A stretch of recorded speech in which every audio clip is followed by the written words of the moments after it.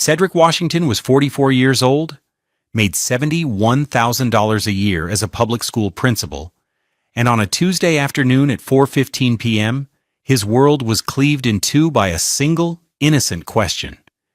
He was in the living room of his modest Westview bungalow, a home filled with the scent of lemon cleaner and the quiet hum of the refrigerator. His daughter Jade, 9 years old with bright, curious eyes and hair full of beaded twists that clicked softly when she moved, was sitting on the floor surrounded by the contents of a dusty shoebox. It was the box of mismatched, unofficial photos, the ones that never made it into the pristine, leather-bound albums at her grandfather's estate. Jade picked up a 5x7 print, its glossy surface smudged with small fingerprints. It was from her cousin's baptism 7 years ago. The photo showed a corner of a church pew, a slice of a stained glass window, and a group of smiling family members. Her Aunt Chloe, her Uncle Marcus, her grandmother, and in the center, her mother, Amara, radiant and beautiful, holding a baby. But the edge of the photo was a harsh, straight line. It cut right through a man's dark suit jacket, bisecting a shoulder and a sleeve.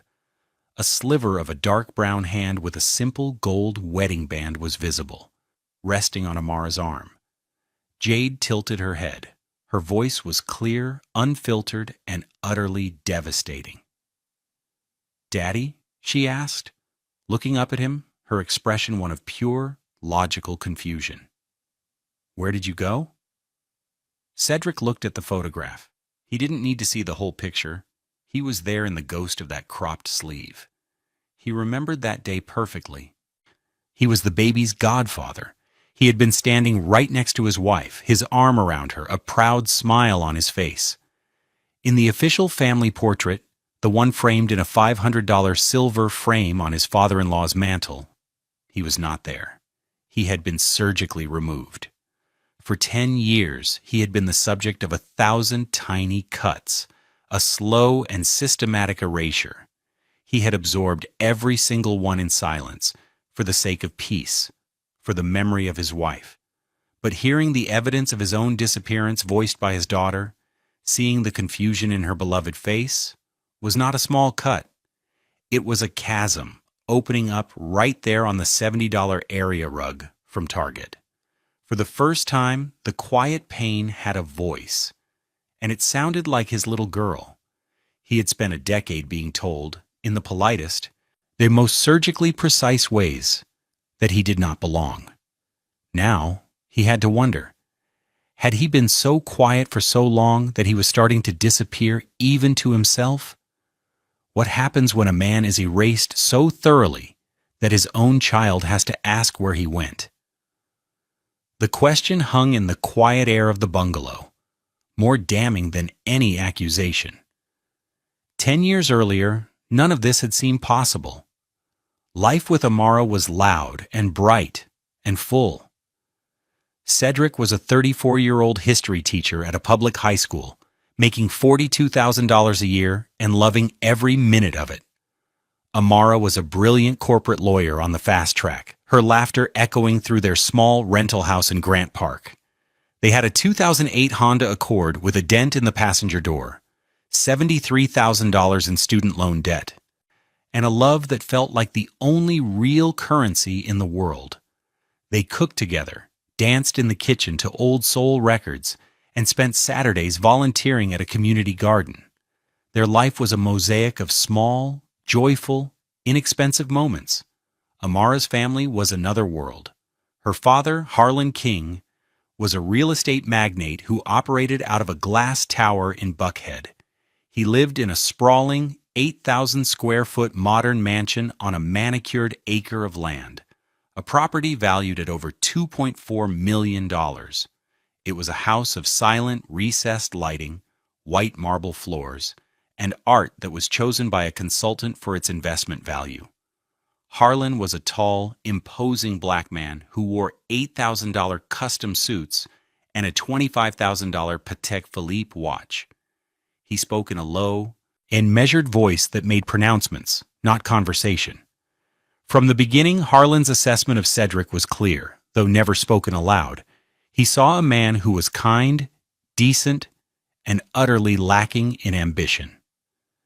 During their first meeting at a tense dinner at a Buckhead restaurant, where a single steak cost more than Cedric's weekly grocery budget, Harlan had surveyed Cedric's simple $200 suit and his $89 Timex watch with a look of mild, anthropological curiosity.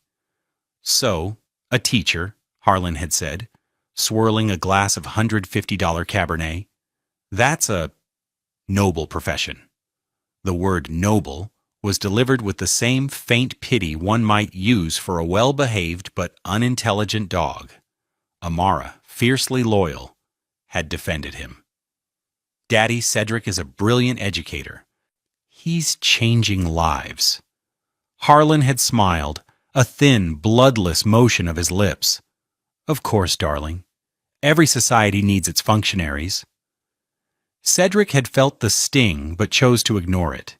He loved Amara, and Harlan was a part of the package.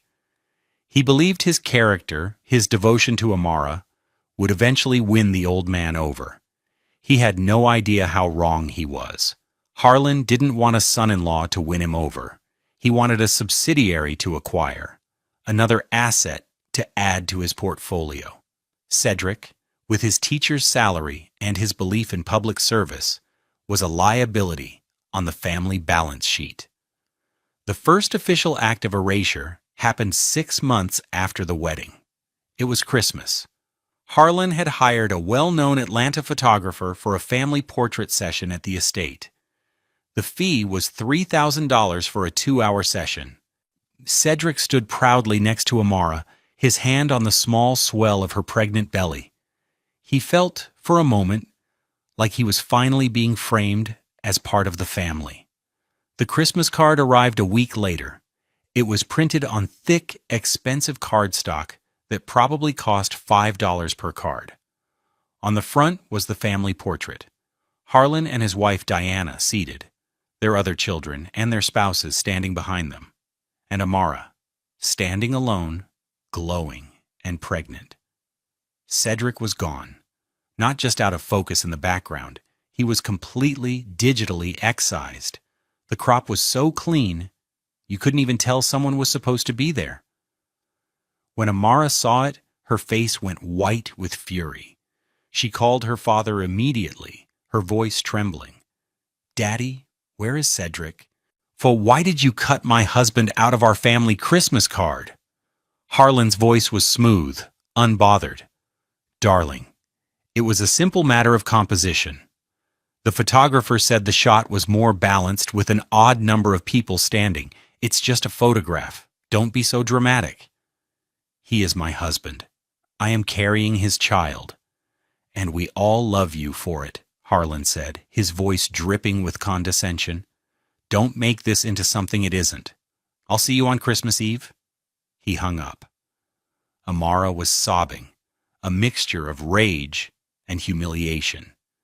Cedric held her, his own heart a cold, heavy stone in his chest. "It's okay, baby," he whispered, though it wasn't. "It's not worth fighting over. He's a stubborn old man. We know what's real." For the sake of his pregnant wife's peace, he buried his own anger.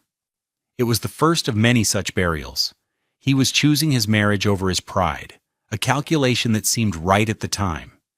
He didn't understand then that Harlan wasn't just attacking his pride. He was systematically dismantling his place in the family record. The birth of Jade should have changed things. For a while, it seemed to. Harlan doted on his granddaughter, buying her extravagant gifts: a $400 miniature grand piano, a $2,000 collection of imported dolls, a $500 cashmere baby blanket. But his treatment of Cedric remained a study in quiet contempt. He was Jade's father, never Cedric, a functional title rather than a name. The erasure continued, becoming more brazen with each passing year. It was the accumulation of these incidents that wore him down, like water dripping on a stone. Each one on its own could be explained away as an oversight, a matter of taste, a misunderstanding. But together, they formed a suffocating narrative of his own non-existence. When Amara's cousin got married, the family placed a $5,000 full-page wedding announcement in the society pages of the Atlanta Journal-Constitution. It was a roll call of the King family's prominence.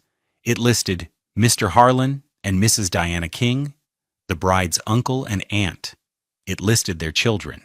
It mentioned their daughter, Amara King, with no Washington appended, no acknowledgement of the man she had been married to for 3 years. When Cedric saw it, he felt a cold wave of nausea. He had been rendered a footnote in his own wife's life, his name scrubbed from the public record. Amara was livid and wanted to demand a correction, but she was exhausted from caring for a newborn. "Let it go," she'd sighed, defeated. "He wins when we let him upset us." Then came the christening of his godson, the event that produced the very photo Jade now held in her hands. Cedric remembered the weight of the baby in his arms, the scent of lavender oil and church incense. He had stood between Amara and his sister-in-law for the official portrait. He'd bought a $300 engraved silver cup as a gift, which was placed prominently on a table nearby. A week later, his sister-in-law, Chloe, had called, her voice tight with apology. "Cedric, Dad is sending out the photos. You're not in the main one." He didn't have to ask, he knew. When he finally saw it, the cropping was so audacious, it was almost artistic. His navy suit jacket was a dark frame for his wife, his hand a disembodied accessory on her shoulder. The silver cup he had purchased, however, was perfectly in focus. His gift was welcome, but he was not. The true escalation began when Amara got sick. The diagnosis, a rare and aggressive form of cancer, was a brutal blow that shattered their world. Harlan immediately stepped in, wielding his money like a weapon. He insisted on the best doctors, the most expensive treatments. He hired a team of private nurses at a cost of $15,000 a month. On the surface, it was an act of a desperate, loving father. But in practice, it was another tool to marginalize Cedric. Cedric had taken a leave of absence from his job to be Amara's primary caregiver. He learned to manage her medications, to help her bathe, and to sit with her through the long, painful nights. It was grueling, heartbreaking work, but it was an act of love. Harlan saw it as an inconvenience. "Let the professionals handle this, Cedric," he would say, during his brief, sterile visits to their home, his eyes scanning the modest rooms with disdain. "You have your little school to run, don't you? We need you focused on Jade." He made it sound as if Cedric's presence at his dying wife's side was a dereliction of some other, more important duty. During one of Amara's final lucid weeks, the family gathered at the house. Harlan, ever the patriarch, brought up the family trust. "I've made sure all the grandchildren are taken care of," he announced to the room, looking pointedly at his other children. "Educational trusts for all of them, to ensure they have the best start in life." Amara, weak but still sharp, looked at her father. "And Jade's? Is Cedric the trustee?" Harlan waved a dismissive hand. "It's all taken care of, darling. Don't you worry about a thing." After Amara passed, the silence she left behind was filled by Harlan's quiet, relentless campaign. Cedric, drowning in grief and the overwhelming responsibility of being a single father, barely had the energy to fight back. He was invited to holidays, to family dinners at the Buckhead Club where the bill for 6 people could easily top $1,200. He would sit at the vast polished table, a ghost in a $200 blazer, while Harlan held court. The photos were the worst. At Thanksgiving, 5 months after Amara's death, Harlan once again hired a photographer. As the family arranged themselves in the grand foyer, in front of a 20-foot Christmas tree that had been decorated by a professional service for a fee of $4,000. The photographer looked at Cedric through his lens. He then lowered his camera and glanced nervously at Harlan. Harlan gave a nearly imperceptible nod. The photographer cleared his throat. "Excuse me, Mr. Washington? Could I ask you to step out for this one? We're just trying to get a shot of the King family." The room went silent. Every eye was on Cedric. His sister-in-law Chloe looked at the floor, her face flushed with shame. Her husband stared at a point on the far wall. No one said a word. The humiliation was a physical force, pressing the air from his lungs. He was in his deceased wife's family home, being publicly designated as not family. He looked at Jade, who was holding her grandmother's hand. He too young to understand the brutal subtext of the moment. For her sake, he manufactured a smile. "Of course, no problem," he said, his voice sounding distant and strange to his own ears. He stepped away, his heart pounding a sick, slow rhythm, and watched them compose the picture of a family he was no longer a part of. He went and stood by the massive windows overlooking the perfectly manicured lawn, his reflection a faint, solitary figure against the darkening sky. That was the moment he started saving things. He kept the invitation. When Chloe guiltily gave him a copy of the portrait weeks later, he didn't throw it away. He put it in the shoebox, a piece of evidence in a case he didn't yet know he was building. Tuesday, October 24th. The clock on Cedric's computer read 11:02 a.m. He was in his office at Westview Elementary, a small, cluttered space that smelled of old books and brewing coffee. The walls were covered not with expensive art, but with colorful, chaotic drawings from his students. A construction paper sun with googly eyes was taped next to a drawing of a lopsided rainbow. This was his sanctuary, a world away from the cold marble of Harlan's estate. He was hunched over a budget proposal, trying to figure out how to stretch a $5,000 grant to cover a new literacy program for 300 students. It was a puzzle of pennies and good intentions. A small notification popped up on his screen, an email. The sender was j.fitzgerald@harrisonfinch.com. The subject line read R.E., King Family Estate, Document Finalization. He didn't recognize the name or the law firm. He assumed it was sophisticated spam, another attempt to fish for information. But then he saw the list of recipients: Harlan King, Diana King, and inexplicably, Cedric Washington. His curiosity piqued. He clicked it open. The body of the email was brief and chillingly bureaucratic.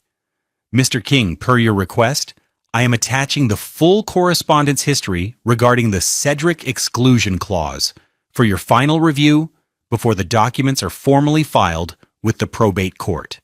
Please confirm all instances of formal omission have been properly documented as per your directives. Best, James Fitzgerald Associate, Harrison and Finch, LLP." Cedric's blood ran cold. The Cedric exclusion clause. It had a name. It was a formal, legal thing. His erasure wasn't just a series of petty social slights. It was a premeditated, documented strategy. His hand trembled as he moved the cursor over the attachment. KFE_correspondence_master.pdf, 112 pages. He clicked. The document opened. It was a scanned compilation of a decade of communication. Emails, internal memos, signed directives, all on the letterhead of Harrison and Finch, a prestigious firm whose partners billed at over $1,000 an hour. It was a meticulous, chronological record of his own deletion. June 2014. Memo from Harlan King to Sterling Harrison. Subject: Holiday Communications.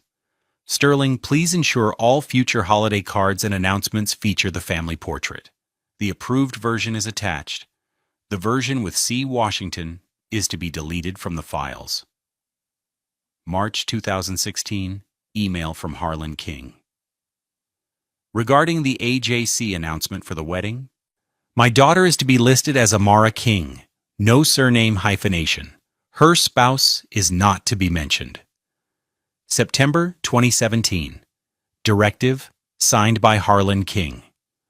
For the purposes of the King Family Trust, the beneficiary, Jade King, will have her educational fund administered solely by myself. Her temporary guardian, C. Washington, will have no access or signatory authority.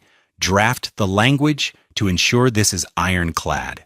Page after page, the cold, legalistic language piled up. Each sentence a new layer of betrayal. It detailed the instructions for cropping photos, for drafting announcements, for structuring financial instruments to wall him off completely. He saw his own life reflected back at him through the lens of his father-in-law's malice. The family vacations he wasn't invited on, or the charity events where his name was scrubbed from the list of hosts. It was all there, in black and white, time-stamped and initialed. The final pages were the most brutal. They contained drafts of Harlan's will and the legal architecture of the estate. In every clause related to Amara's lineage, he was referred to not by name, but as the widower, or the child's current guardian, a temporary legal status, as if he were a foster parent who could be dismissed at any time. Harlan had spent a fortune, tens of thousands of dollars in legal fees, all meticulously billed, to build a fortress of paper and ink to keep him out. Cedric leaned back in his worn, 10-year-old office chair, a $200 piece he'd bought from Office Depot. The room felt suddenly small, the air thick and unbreathable. Rain began to streak against the window pane, the gray light matching the sudden void inside him. It wasn't just that Harlan disliked him. It was that he had worked, with methodical, quiet diligence, to erase any formal evidence that Cedric Washington had ever been married to his daughter, that he was the father of his own child. The shoebox in his closet wasn't just a collection of slights. It was the counter-evidence to a decade-long conspiracy. The young, clueless associate at the law firm had made a mistake. He had accidentally copied the subject of the clause onto the email. In his haste to please a powerful client, he had handed the victim the entire case file. The first test came that very evening. At 7:32 p.m., as Cedric was helping Jade with her math homework at their small kitchen table, his phone buzzed. The caller ID flashed, Harlan King. For a second, Cedric's entire body tensed. He wanted to scream, to confront him, to read the cold, damning sentences from the PDF aloud. But a strange, cold calm settled over him instead. He had the truth now, all of it. And the truth was a shield. He let the call go to voicemail and took a deep breath. A minute later, his phone pinged with a voicemail notification. He played it after Jade went to bed, holding the phone to his ear in the darkened living room. Harlan's voice was as smooth and untroubled as ever. Cedric, just calling to check in on my favorite girl. Listen, Diana and I are hosting a small family dinner this weekend, Saturday night at the Buckhead Club. We'd love for you and Jade to be there. Let me know. The casual warmth of it, the pretense of familial affection, was grotesque. The Buckhead Club, with its $200 a plate dinners and strict dress code, was another one of Harlan's stages. Cedric looked at the glow of his laptop screen where the 112-page document was still open. The Cedric exclusion clause. He closed his eyes, the words searing themselves into his mind. Then he picked up his phone and texted back. A wave of nausea rolled through him as he typed the lie. Harlan, thank you. That's very kind. We would be happy to join you. The reply was instantaneous. Wonderful. Playing dumb was the hardest thing he had ever had to do. It was an act of supreme self-control, a performance for an audience, of one who had no idea he was being watched. Every interaction for the next 2 weeks was laden with a sickening, dramatic irony. Cedric knew everything, and Harlan knew nothing of his discovery. The dinner on Saturday was an exercise in surreal tension. Cedric wore his best suit, the same one he'd worn to Amara's funeral. It had cost him $400, a major expense at the time. He sat across from Harlan, who was wearing a new Rolex, likely worth upwards of $30,000, and pontificating about a recent $12 million commercial real estate deal he'd just closed. "You see, Cedric," Harlan said, gesturing with a fork, "the key is to build things that last, a legacy, something tangible that you can pass down. I'm sure you feel that, in your own way, with your school." Cedric met his gaze across the table. He thought of the file on his computer, the tangible legacy of hate Harlan had been building. He managed a small, tight smile. "I do, Harlan. Legacy is very important." His sister-in-law, Chloe, who sat next to him, seemed to sense a shift. She'd always been the most sympathetic of the siblings, though her sympathy never translated into action. She was trapped in her father's financial orbit, her lifestyle dependent on his approval. "Are you okay, Ced?" she whispered while Harlan was distracted by the wine steward. "You seem quiet tonight." "I'm fine, Chloe," he said, his voice even. "Just a long week." He was becoming a very good liar. Each lie felt like swallowing a shard of glass, but he was building a wall of them, brick by painful brick, hiding his strategy behind a facade of normalcy. The following week he ran into Harlan's wife, Diana, at a high-end grocery store in Buckhead. She was inspecting organic avocados, her fingers adorned with rings worth more than Cedric's 2012 Toyota Camry. "Cedric, dear," she said, her smile not quite reaching her eyes. "Harlan tells me he's updating some of the family estate paperwork. Such a bore, all that legal nonsense, isn't it?" Cedric felt a jolt, but his face remained placid. "It's important to be thorough," he said, his voice a perfect imitation of mild agreement. He was thinking of the phrase tortious interference with inheritance, a term his new lawyer had taught him. He nodded politely and pushed his cart, which contained a $24 rotisserie chicken and a bag of store-brand apples, down the aisle, his heart hammering against his ribs. He was walking through a minefield, and every pleasantry was a potential detonation. The day after the dinner at the Buckhead Club, Cedric made a phone call. He didn't look for a firm in one of the glass towers downtown. He searched for lawyers in Castleberry Hill, a neighborhood known for its art galleries and historic brick buildings. He found Alana James. Her website was simple, professional, and her bio highlighted her work in estate litigation and family law. She was a black woman, a graduate of Spelman and Emory Law, and her photo exuded a no-nonsense intelligence. Her office was on the second floor of a beautifully restored warehouse. Cedric sat in the waiting room for less than a minute before she came out to greet him herself. She was tall and elegant, with her natural hair styled in intricate twists. She led him to a conference room with a large window overlooking the street. Her hourly rate was $450, a significant sum for him, but as he sat down, he knew it would be worth it. He didn't speak much at first. He simply opened his laptop, connected to her Wi-Fi, and emailed her the 112-page PDF. "I think you should read this first," he said. Alana James put on a pair of sleek, black-framed glasses and began to read. For 20 minutes, the only sound in the room was the soft click of her mouse and the distant city traffic. Cedric watched her face. Her expression, initially neutral, slowly hardened into a look of focused, cold anger. She scrolled back to the beginning, reread a few sections, and then finally looked up at him. "Mr. Washington," she said, her voice low and clear, "I have been practicing law for 15 years. I have seen greed, pettiness, and cruelty. But I have never, ever seen a man so meticulously and proudly document his own malice. This is breathtaking." She took off her glasses. "This isn't just a family dispute.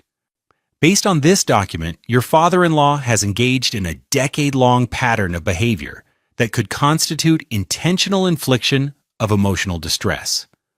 More importantly, his efforts to write you out of the legal and financial structure of your late wife's legacy, especially concerning your daughter, could be argued as tortious interference with inheritance. He didn't just dislike you, Mr. Washington. He used his wealth and power to try and legally erase you. A weight Cedric hadn't even realized he was carrying began to lift. So, what can I do? What do you want? Alana asked, her gaze direct. We could sue him. A jury would be very sympathetic to you, but a lawsuit would be public, messy, and could take years. It would be hard on your daughter. Cedric shook his head. I don't want his money. I want recognition. I want my daughter's inheritance to be secure, out of his control, and I want him to know that I know. I want him to have to look at me, knowing I have this. He tapped his laptop. Alana nodded slowly, a small, grim smile on her face. I like that. Strategic restraint. We don't file a lawsuit. We use this as leverage to get exactly what you want. We won't threaten him. We will simply inform his legal counsel that we are in possession of this document. The mere existence of this file in our hands makes his entire estate plan vulnerable. His lawyers will understand the liability. They will advise him to settle and to do it quickly and quietly. She continued, but we can make our position even stronger. Do you have any of your own records? That night, Cedric went into the attic of his bungalow. He pulled down a large, gray plastic tote labeled Amara. He opened it. Inside, preserved in the dry, still air, was his counter archive. He pulled out the cropped Christmas card from 10 years ago, the wedding announcement from the newspaper, the christening portrait with his ghost sleeve, the program from a charity gala honoring the King family, his name conspicuously absent from the host committee list, the Thanksgiving photo where he had been asked to step aside. He laid it all out on his dining room table, the one he and Amara had bought for $300 at a consignment shop. Each item was a paper cut to the heart. He worked late into the night, fueled by black coffee and a decade of suppressed indignation. He created a timeline, a dossier. On the left side of each page, he placed a copy of one of Harlan's directives from the PDF. On the right, he placed the corresponding piece of evidence from his shoebox. The email ordering him cropped from the Christmas card was placed next to the card itself. The memo to list Amara by her maiden name was next to the newspaper clipping. It was a perfect, damning diptyque of malice and its effect. He titled the dossier simply, A Decade of Erasure. 2013 to 2023. When he was finished, the sun was rising. He looked at the completed file, a thick, heavy stack of paper. It was the story of his invisibility, and it was about to make him seen. The strike was executed with the quiet precision of a military operation. Friday, November 10th. At 7 a.m., Cedric stood in a nearly empty FedEx Kinko's on Cascade Road. The air smelled of toner and industrial carpet cleaner. On the counter in front of him were two identical, crisp brown packages. Inside each was a pristine, spiral-bound copy of his dossier, A Decade of Erasure, and a flash drive containing the 112-page PDF. One package was addressed to his own attorney, Alana James. The second, larger one, was addressed to Mr. Sterling Harrison, senior partner, Harrison and Finch LLP, at his firm's Buckhead address. He paid the $87.50 for priority overnight shipping with signature confirmation. He did not feel anger or triumph. He felt only a profound, settling calm. He had released the truth into the world. It was no longer his burden to carry alone. By 9:15 a.m., he was back in his own world, the one that mattered. It was Principal's reading hour at Westview Elementary. He sat on a small, child-sized chair in the school library, surrounded by a semicircle of rapt first graders. The book was a simple story about a lost star finding its way back to its constellation. The children's faces, a beautiful spectrum of deep brown, were upturned and open. He read with his full attention, his voice calm and steady. His phone was on silent in his pocket, a million miles away. He was not a widower, not a legal clause, not a cropped photograph. He was Mr. Washington, a man who read stories to children. He was fully present. At 10:30 a.m., the mail carrier delivered the day's post to his bungalow in Westview. It was the usual stack of junk mail, bills, and a circular from the local grocery store. But nestled within it was a single heavy envelope. It was made of a thick, creamy cardstock, and the return address embossed in dark blue ink made the heart stop. The White House, 1600 Pennsylvania Avenue, Washington, D.C. Cedric didn't see it until 11:45 a.m. He had started the habit of coming home for lunch after Amara died, a small way to stay anchored and close to Jade's school. He saw the envelope sitting on the small entryway table and his brow furrowed. He picked it up. It felt important. He slid it open with the simple silver letter opener Amara had given him for his 30th birthday, a $40 gift he cherished. Inside, on stationery bearing the presidential seal, was a formal invitation. The President and the First Lady of the United States request the pleasure of your company at a reception to honor the recipients of the Presidential Award for Excellence in Urban Education Leadership. He scanned the text, his eyes wide. His superintendent had nominated him months ago, a long-shot application he had forgotten about almost immediately. He had been selected, one of 10 school administrators in the entire country. The ceremony was in 3 weeks. The letter stated that as part of the honor, a professional portrait of each recipient would be taken and displayed in the East Wing of the White House for 1 month. His photograph, in the White House. A quiet, incredulous laugh escaped him. For 10 years, another man had worked to erase his image, and on the very day his evidence against that man was delivered, an invitation arrived to have his portrait hung in the most famous house in the country. The universe, it seemed, had a flair for dramatic irony. The fallout began the next morning, Saturday. At 10:05 a.m., Sterling Harrison, a man who managed the fortunes of Atlanta's elite from an office that looked down on the entire city, signed for a package at his home. And he opened it. He saw the title page, A Decade of Erasure. He saw his own firm's letterhead on the memos detailing the Cedric exclusion clause. He saw the side-by-side evidence of his client's campaign of malice. His blood likely ran cold. A client documenting his own tortious actions was a lawyer's worst nightmare. It was a multi-million-dollar liability delivered by FedEx. He immediately called Harlan King. At 10:25 a.m., Cedric was in his backyard with Jade, turning the soil for a small vegetable patch. The autumn sun was warm on his deep brown skin. His phone, resting on the patio table, buzzed. The screen lit up with a name he had come to dread, Harlan King. He looked at it, then looked at Jade, who was happily digging in the dirt. He let it go to voicemail.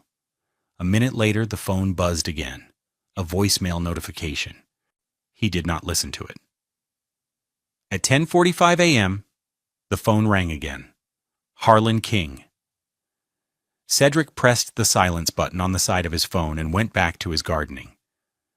At 11:15 a.m., a text message arrived. It was from Chloe. Dad is going absolutely insane. He's screaming at someone on the phone. What is going on? Call me. He read the message and put the phone back down. At 12:30 p.m., another call. Harlan King, ignored. Later that evening, after Jade was asleep, Cedric finally sat down and listened to the voicemails. They were a perfect, condensed timeline of a powerful man's unraveling. Voicemail 1, 10:26 a.m. Angry, sputtering. Cedric, what is this? What in God's name have you done? My lawyer just called me. You call me. Immediately. Voicemail 2, 10:46 a.m. Shifting to justification. His voice strained. This is a complete and utter misunderstanding of a private family matter. You've taken things out of context. I was always trying to protect Amara's legacy. You have no idea the complexities involved. This is slander. Voicemail 3, 12:31 p.m. The anger replaced by a dawning panic. Cedric, please, just pick up the phone. We can sort this out.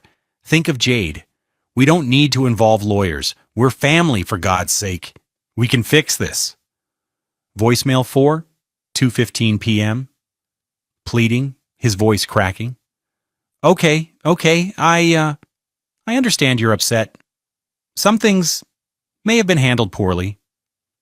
Just tell me what you want. Is it money? Just tell me what you want and we can make this go away. Cedric listened to the last message and felt nothing. Not triumph, not pity, not anger. Just a quiet, hollow emptiness. Harlan thought this was a negotiation. He thought he could write a check and erase this, too. He still didn't understand. Cedric didn't want to make it go away. He wanted it to be seen. He deleted the voicemails and went to bed. The consequences cascaded with the swift, brutal efficiency of a corporate collapse. Harlan King, a man accustomed to controlling every variable, found himself in a situation he could not bully, buy, or litigate his way out of. The legal downfall was immediate. Sterling Harrison, whose firm's reputation was now tied to a document detailing profound malpractice, scheduled an emergency meeting. Harrison and Finch charged Harlan a non-negotiable $25,000 crisis management retainer just to begin the cleanup. The advice from his $50 million law firm was blunt and unequivocal. Do not fight this. Settle. The Cedric Exclusion Clause, PDF, was a ticking time bomb. If it ever became public in a lawsuit, the reputational damage to both Harlan and the firm would be catastrophic. He has you dead to rights, Harlan, Harrison reportedly told him. He has your signature on documents that a first-year law student would know are evidence of malicious intent. Alana James, acting on Cedric's behalf, was masterful. She didn't demand a massive payout. She presented a list of non-negotiable terms. The first was the complete and total dissolution of every exclusion clause from all estate documents. Cedric was to be formally and irrevocably recognized as Amara's surviving spouse, with all the rights and recognitions pertaining thereto. Second, with the $1.5 million educational trust for Jade, was to be immediately transferred into a new, separate trust with Cedric as the sole trustee, severing Harlan's control completely. Finally, all of Alana James's legal fees, which amounted to $32,000, were to be paid in full by Harlan. Faced with the alternative of a public lawsuit for intentional infliction of emotional distress, Harlan agreed to everything. The settlement was signed within a week. The family fallout was quieter, but just as devastating. Harlan attempted to control the narrative, telling his children that Cedric was extorting the family with baseless accusations, but the story was too specific, the evidence too damning. Chloe, racked with guilt over her years of silent complicity, confronted her father. The carefully constructed facade of the benevolent patriarch crumbled. The weekly family dinners stopped. Holidays became tense, awkward affairs haunted by the ghost of what had been done. The King family, which had looked so perfect in its expensive cropped portraits, was fractured. The final consequence was public, and it came from an unexpected place. 3 weeks later, the Atlanta Journal-Constitution ran a feature story on the local recipients of the presidential awards. There, on page B2, was a large, dignified photograph of Cedric. He was smiling, his deep brown skin luminous, his eyes full of a quiet, confident strength. The caption read, "Westview Elementary Principal Cedric Washington, honored with Presidential Award for Excellence in Urban Education Leadership." The article went on to praise his innovative programs and his dedication to his students. It mentioned his late wife, the beloved attorney Amara King Washington, and his 9-year-old daughter Jade. His name, his wife's full name, his daughter, his profession, his existence. All of it printed in the very same newspaper that had once erased him at Harlan's command. In the clubs and boardrooms of Buckhead, people read the article. They saw the photo. Harlan's friends and colleagues, who had attended the Thanksgivings and seen Cedric asked to step aside, began to ask quiet questions. The man Harlan had tried so hard to make invisible was now, undeniably, seen. 2 years later. It was a bright, cloudless Saturday morning in Atlanta. Cedric stood in the sun-drenched main hall of a renovated warehouse in the West End. The air, which once smelled of machine oil and dust, now smelled of fresh paint, new books, and possibility. Sunlight streamed through massive industrial windows, illuminating the bright, colorful murals painted by students. This was the Amara King Washington Urban Leadership Academy, a tuition-free charter school for middle schoolers from Atlanta's most underserved communities. Cedric had founded it, using a portion of the funds from the estate settlement, combined with his own relentless grant writing and fundraising. He was no longer a principal, he was a founder. He was building a legacy. Jade, now 11 and on the cusp of adolescence, ran up to him, her hair in long, elegant twists with amber beads at the ends that clicked softly. She was holding a piece of drawing paper. "I finished it, Daddy," she said. She handed him the drawing. It was a picture of their family, rendered in the earnest, heartfelt style of a child. On the right was her mother, Amara, with a beautiful smile and shimmering angel wings. In the middle was Jade herself, holding hands with both parents. And on the left was Cedric, drawn tall and proud, a warm smile on his face.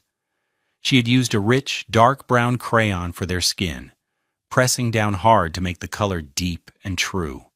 There were no harsh lines, no empty spaces. It was whole. "This is us, Daddy," she said, her voice full of certainty. "All of us. Nobody's missing." Cedric felt a familiar thickness in his throat, but this time it was not from grief or humiliation. It was from a profound, overwhelming sense of peace. He knelt and hugged her tightly. "It's perfect, sweetie. Absolutely perfect." Later that day, he hung the drawing in his new office. On the wall, he placed 2 simple, identical black frames side by side. One held the official 8x10 photograph from the White House. It showed him in a sharp, dark suit, shaking the hand of the President of the United States. His own face, reflected in the photo, was calm and self-possessed. The caption on the brass plate read, "Cedric Washington, Presidential Award for Excellence in Urban Education Leadership." Next to it, in the other frame, he placed Jade's drawing. The leader of the free world and a child's crayon sketch, given equal weight, equal prominence. He stepped back and looked at them. For 10 years, Harlan King had operated under the assumption that presence was something he controlled, something that could be granted or revoked in a photograph, on a guest list, or within a legal document. He believed that if he didn't capture Cedric's image, he could nullify his existence. But Harlan was wrong. Presence isn't given. It's built. It's forged in the quiet, unglamorous moments, the late nights helping with homework, the afternoons spent turning soil in a garden, the patience of reading a story to a child who needs to hear your voice. True worth isn't measured by the price tag on your watch or the square footage of your house. It's measured by the lives you touch and the love you build. Harlan's world was a gallery of expensive, empty frames. Cedric's world was a single, priceless drawing, complete and full of love. He had not been erased. He had been waiting quietly to be seen in the light that truly mattered. Have you ever felt invisible in a place where you should have been seen the most? Let us know your story in the comments below, because every story of finding your own light deserves to be heard. A few months after the academy opened, Cedric received a letter. It was from Harlan. The tone was different. No bluster, no justification. It was the writing of a diminished man. He apologized. He said he was ashamed. He asked if he could visit the school, perhaps make a donation. Cedric read the letter, folded it, and put it in a drawer. He didn't need Harlan's money, and he didn't need his approval. He had already forgiven him, not for Harlan's sake, but for his own. Forgiveness was the final act of taking back his own story. Now he had a school to run, children to inspire, and a legacy of love to build. He was far too present to be bothered by the ghosts of the past.